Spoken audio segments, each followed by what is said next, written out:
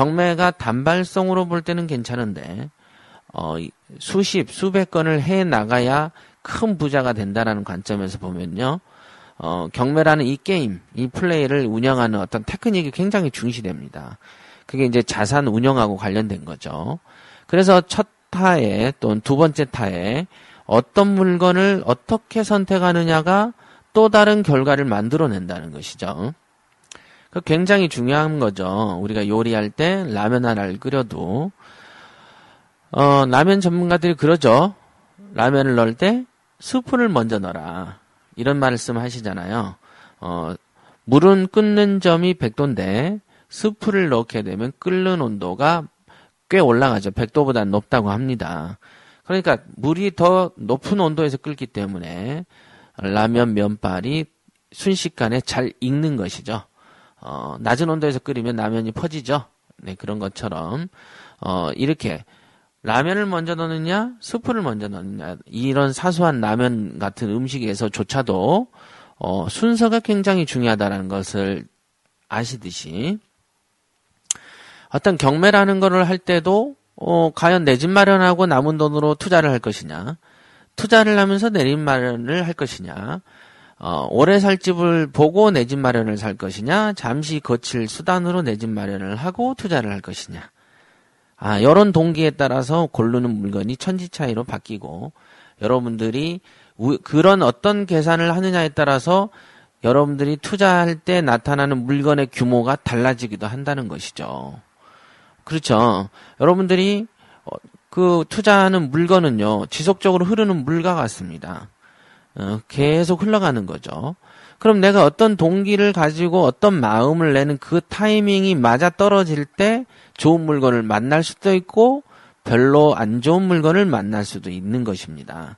그러니까 여러분들이 가지는 그 제가 왜 마인드를 강조했는가를 깊이 깨달은 사람은 아직 본 적이 없습니다.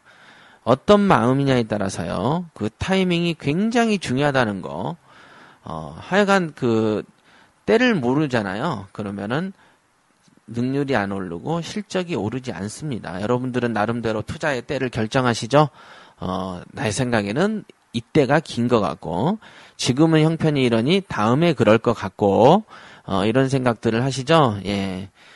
여태 돈 못 벌었던 그런 생각으로, 다시 한번 어떤 그 자기만의 어떤 계획을 세운다면 그게 좀 이상하지 않습니까? 그죠? 비전문가가 세운 계획은 일단 들어볼 필요도 없습니다. 그렇게 스스로 겸양을 하면서 한번 내가 혹시 뭔가를 놓치고 있는 건가 아닌지를 잘 따져보세요. 자, 얘기가 많이 길어졌죠? 제가 이렇게 얘기를 하다 보면은 다른 주제로 얼레벌레 이렇게 넘어가는 경우들이 있습니다. 하지만 여러분들한테는 한마디 한마디가 굉장히 도움이 되시는 분들도 계실 겁니다. 예, 그 다음에 자, 그러면 다시 한번 얘기를 돌아가서요. 가끔 사람들이 보면 나 장사해서 몇천 벌어 매달, 그죠? 연예인들도 몇천씩 번다고 막 나오죠. 몇 억씩도 벌지 않습니까? 연예인들이. 이런 현금이 얼마씩 벌린다는 거 여러분들 굉장히 부럽죠? 예. 부러울 겁니다. 그지만요. 현금의 흐름보다 더 중요한 게 뭔지 아십니까? 그 현금이 고착화되어야만 돈이라는 것이죠. 이 재산을 형성하는 것은요, 결국 현금보다는 부동산 규모가 더 크게 차지합니다.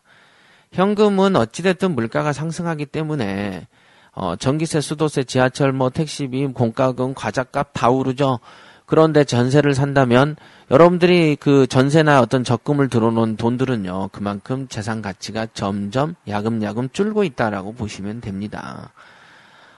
그럼 부동산도 떨어지잖아요. 예, 안 떨어지는 시장의 물건을 안 떨어지는 시장인 경매 시장에서 사시란 얘기입니다. 그게 어려운 말인가요? 예, 싼 데서 사면 되지 않겠습니까? 잘 나가는 연예인들이 수십억씩 벌었다는 얘기 많이 듣잖아요. 근데 몇 년 지나서 나이가 한참 들어서 그 재산 못 지키는 사람 흔히 있지 않습니까? 그 이유가 뭐라고 생각하십니까? 로또를 100억씩 맞았는데 재산을 까먹은 사람은 이유가 뭘까요? 무엇인가 사업을 벌렸다가 망하는 것이죠. 사업 중에 가장 만만한 게 임대업 아닌가요? 부동산으로 임대업이죠. 여러분들이 크게 땀 안 흘려도 버는 게 부동산을 이용한 임대업입니다.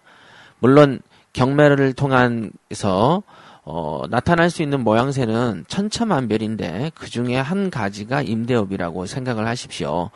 임대업만 있는 게 아닙니다. 그러나 여러분들에게 듣기 좋게 이해하기 쉽게끔 먼저 말씀드린 거고요. 일단 여러분들 그 뻥튀기 아시죠? 가끔 이렇게 먹는 뻥튀기. 이 뻥튀기를 그 제조하는 과정을 보면은요, 어른 손톱만한 거보다 한 2개 정도 합쳐놓은 그 판에 몇 알 되지도 않는 곡물을요, 이렇게 싹 집어서 거기다 놓습니다. 그러면 그게 뻥튀기가 누르면서 터집니다.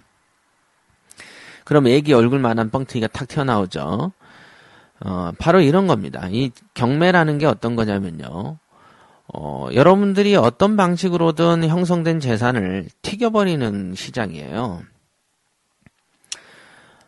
말이 좋아서 1억이지 1억을 모으려면요 100만 원씩 8년을 모아야 됩니다. 10억요? 10억이면 80년 모아야 되는 돈이고요. 만약에 월 1000만 원씩 벌어도요 한 500 쓰고 500 저축한다고 하면요 20개월 걸려야 모이는 돈이 1억입니다. 그런데 이런 1억 정도, 2억 정도 또는 몇 천만 원이 너무 가벼운 손짓 한 번에 가볍게 별로 땀 한 방울 흘리지도 않으면서 는다 이거죠. 돈이 붙습니다. 이거가 정말 돈을 법니까라고 물어보는 사람이 이상한 사람이에요. 왜? 입찰하기 전에 그 물건의 시세 알지 않습니까? 기획부동산처럼 속아 사는 사람 얘기를 하는 게 아닙니다. 그냥 가서 조사해 보세요. 그러면 얼마라고 대략은 나오죠. 여러분들이 이제 비전문가라서 정확한 시세 분석을 하지 못합니다. 부동산의 미래를 예측하지도 못해요. 그 시세를 물어볼 만한 어떤 말재주도 없습니다. 하지만 그래도 얼마 정도라는 개념은 나오죠.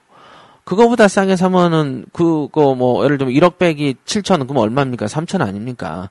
그런 단순 계산도 못하는 사람들이 많이 있어요. 그래서 경매를 진짜 돈 되는 겁니까? 이렇게 물어보는 게 저는 정말 황당하죠. 사는 금액 나오고 시세 나오면 빤한 거 아닙니까? 일단 여러분들